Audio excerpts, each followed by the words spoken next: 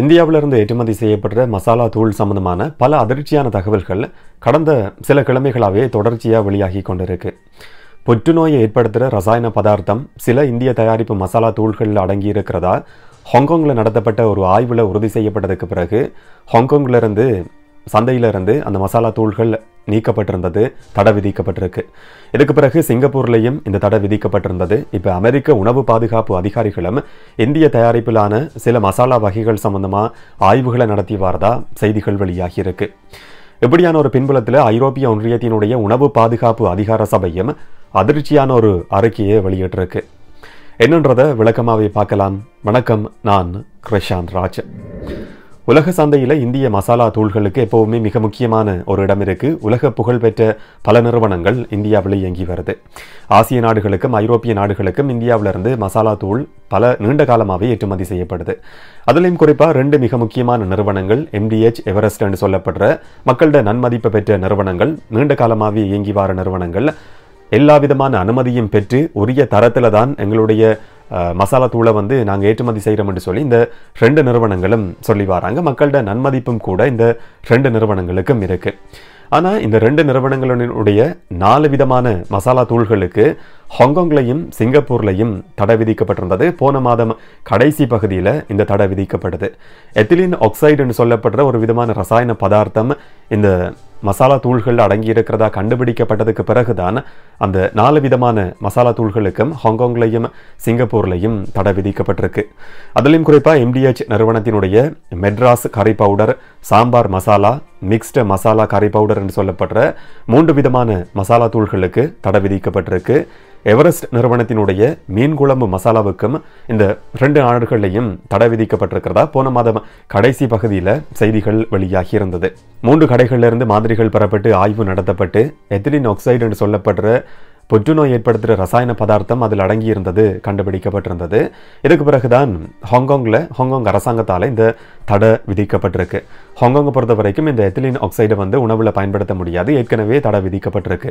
அப்படி கண்டுபிடிக்கப்படுமா இருந்தால் $50,000 அபராதம் விதிக்கப்படும். அதோடு சேர்த்து 6 மாதம் சிறை தண்டனை விதிக்கப்படுறதுக்கான வாய்ப்பு இருக்கிறதாகவும் ஊடகங்களில் செய்திகள் வெளியாகி இருக்கு.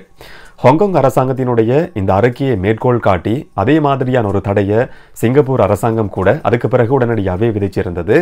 சந்தைகளிலிருந்து இந்த உணவு தயாரிப்புகள், இந்த மசாலா தூள்களை மீள பெற சொல்லியும் சிங்கப்பூர் அரசாங்கத்தாலேயும் ஒரு அறிவிப்பு வெளியாகி இருந்தது. சிங்கப்பூரில் அதிகமான இந்தியர்களும் கூட வாழ்றாங்க.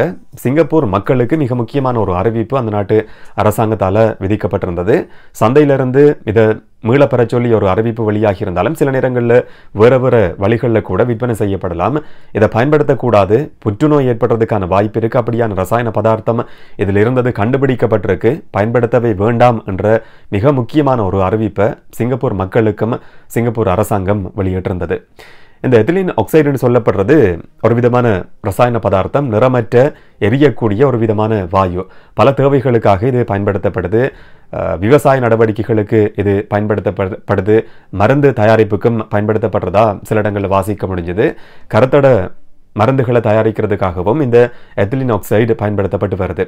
அதே நேரத்தில் ஏற்றுமதி செய்யப்படுற உணவு பதார்த்தங்களை பதப்படுத்துறதுக்கும் களஞ்சியப்படுத்துறதுக்கும் கெட்டுப்போகாமல் இருக்கிறதுக்காகவும் இந்த எத்திலீன் ஆக்சைடு பயன்படுத்தப்படுறதாகவும் சில இடங்களில் வாசிக்க முடிஞ்சது. ஆனால் பல நாடுகள் இதை உணவுப் பொருட்களில் பயன்படுத்துறதுக்கு தடை விதிச்சிருக்கின்றது தான் மிக முக்கியமான ஒரு தகவல். அதுலேயும் குறிப்பாக இந்தியாவில் இந்த எத்திலீன் ஆக்சைடை உணவு பொருட்களில் பயன்படுத்துறதுக்கு ஏற்கனவே தடை விதிக்கப்பட்டிருக்கு.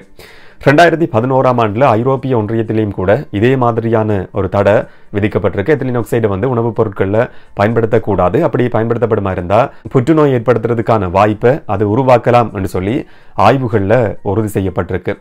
சில நாடுகளில் உணவுப் பொருட்களில் கெட்டுப்போகாமல் இருக்கிறதுக்காகவும் இது பயன்படுத்தப்பட்டு வருது. கடுமையான கட்டுப்பாடுகளுக்கு மத்தியில் ஒரு சிறு அளவை பயன்படுத்துறதுக்கு இறுக்கமான நடைமுறைகளுக்கு மத்தியில் அனுமதி கொடுக்கப்பட்டிருக்கிறதாகவும் சில செய்திகளில் வாசிக்க முடிஞ்சுது. ஆனால் தொடர்ச்சியாக இதை உட்கொள்கிற நேரத்தில் புற்றுநோய் ஏற்படுத்துறதுக்கான வாய்ப்பு இருக்குன்றது 100% ஆய்வுகளில் உறுதி செய்யப்பட்டிருக்கு. இந்த குற்றச்சாட்டை எதிர்நோக்கி இருக்கிற 2 இந்திய நிறுவனங்களும் தங்களோட பதிலை ஊடகங்களுக்கு சொல்லியிருக்கு. MDH நிறுவனம் சொல்ற பதில் என்னன்னு சொன்னா, இந்த ரெண்டு நாட்டு அரசாங்கங்களும் சிங்கப்பூர் அரசாங்கமா இருந்தாலும் சரி, இல்லாட்டி ஹாங்காங் அரசாங்கமா இருந்தாலும் சரி, புற்றுநோய் ஏற்படுத்துகிற ரசாயன பதார்த்தம் இந்த மசாலா தூள் இருக்குன்னு சொல்லி கண்டுபிடிச்சு உறுதி செஞ்சிருக்குமா இருந்தா, அது சம்பந்தமான எந்த ஒரு உத்தியோகபூர்வமான தகவலும் இதுவரைக்கும் எங்களுக்கு எந்த ஒரு வழியிலையும் பரிமாறப்படலை. புற்றுநோய் ஏற்படுத்துகிற ரசாயன பதார்த்தம் இதில் அடங்கி இருந்தது என்று சொல்லப்படுறதை ஏற்றுக்கொள்ள முடியாது. அது உண்மையா இருக்கிறதுக்கான வாய்ப்பு கிடையாது. இது பொய்யான ஒரு தகவல் என்ற விஷயத்தை MDH நிறுவனம் அறிவிச்சிருக்கு. எவரெஸ்ட் நிறுவனம் சொல்ற பதில் என்னன்னு சொன்னா, இதுக்காக பெறப்பட வேண்டிய சகல விதமான அனுமதியும் இந்தியாவில் பெறப்பட்டிருக்கு. ஏற்றுமதி செய்யறதுக்கு முதல்ல ஒவ்வொரு தடவையும் ஏற்றுமதிக்கு முதல்ல இந்திய அதிகாரிகள் இதை ஆய்வு செய்யறது வழமையானது. அதிகாரிகள் ஒரு பக்கம் ஆய்வு நடத்துவாங்க, இன்னும் ஒரு பக்கம் நிறுவனம் என்ற அடிப்படையிலேயும் ஏற்றுமதி செய்யப்படுறதுக்கு முதல்ல இந்த மசாலா தூள்கள் ஆய்வுக்கு உட்படுத்தப்படும். அதுக்கு பிறகுதான் நாங்கள் ஏற்றுமதி செய்கிறோம் என்ற தகவலை இந்த எவரெஸ்ட் நிறுவனம் கூட சொல்லியிருக்கு. குறிப்பாக இந்தியன் ஸ்பைஸ் போர்டோட அனுமதியும் பெறப்பட்டிருக்கு. உணவு பாதுகாப்பு மற்றும் தரப்படுத்தல் ஆணைக்குழுவோட அனுமதி கூட எங்களுக்கு இருக்கு. இந்த மாதிரியான தகவலை ஏற்றுக்கொள்ள முடியாது என்ற ஒரு பதில தான் இந்த ரெண்டு நிறுவனங்களும் சொல்லியிருக்கு.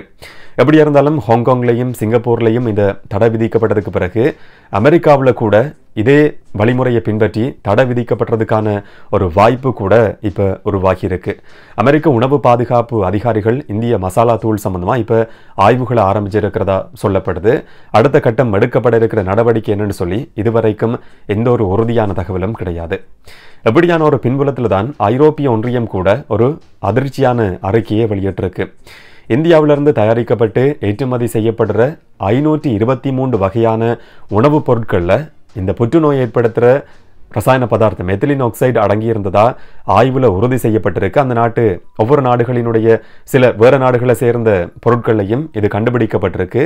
ஒவ்வொரு நாடுகளுக்கும் நாங்கள் அறிவிச்சிருக்கிறோம், இது சம்பந்தமாக ஆய்வுகளை விசாரணைகளை நடத்த சொல்லி அறிவிக்கப்பட்டிருக்கு என்ற தகவலை கூட ஐரோப்பிய ஒன்றியமும் சில நாட்களுக்கு முதல்ல வெளியிட்டிருக்கு. இது மிக முக்கியமான ஒரு விஷயமா இப்போ சர்வதேச ஊடகங்களில் பேசுபொருளாக மாறியிருக்கு. இந்திய மசாலா தூள் சம்பந்தமாக இந்த மாதிரியான குற்றச்சாட்டு முன்வைக்கப்படுறது இது முதல் சந்தர்ப்பம் கிடையாது. சில வகைகளை சேர்ந்த எவரெஸ்ட் நிறுவனத்தில் சில வகைகளை சேர்ந்த மசாலா தூளுக்கு போன வருஷத்துலையும் அமெரிக்கா தடை விதிச்சிருந்தது. ஒரு விதமான பாதகமான பாக்டீரியா இருந்தது கண்டுபிடிக்கப்பட்டதுக்கு பிறகு அதுக்கு தடை விதிக்கப்பட்டிருந்தது. உணவு விஷமடையக்கூடிய பாக்டீரியா அதுக்குள்ள உள்ளடங்கி இருந்ததா அமெரிக்க உணவு பாதுகாப்பு அதிகாரிகளால் கண்டுபிடிக்கப்பட்டிருந்தது. இது சம்பந்தமான தொடர்ச்சியான குற்றச்சாட்டுகள் இந்திய மசாலா தூள் சம்பந்தமாக இப்போ தொடர்ச்சியாகவே முன்வைக்கப்பட்டு வருது. போன வருஷத்திலிருந்து இப்போ வரைக்கும் கடந்த சில வாரங்களாக இது சம்பந்தமான செய்திகள் சர்வதேச ஊடகங்கள்லையும் இந்திய ஊடகங்கள்லையும் தொடர்ச்சியாக வெளியாகி வருது.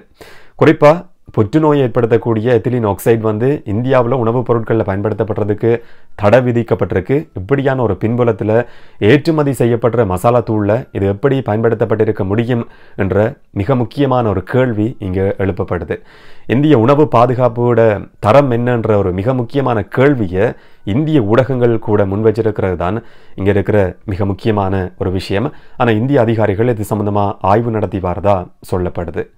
என்ன நடக்குதுன்றதை பொறுத்திருந்து பார்க்கலாம். இன்னும் ஒரு வீடியோவில் இன்னும் ஒரு தகவலோட சந்திக்கலாம். வணக்கம்.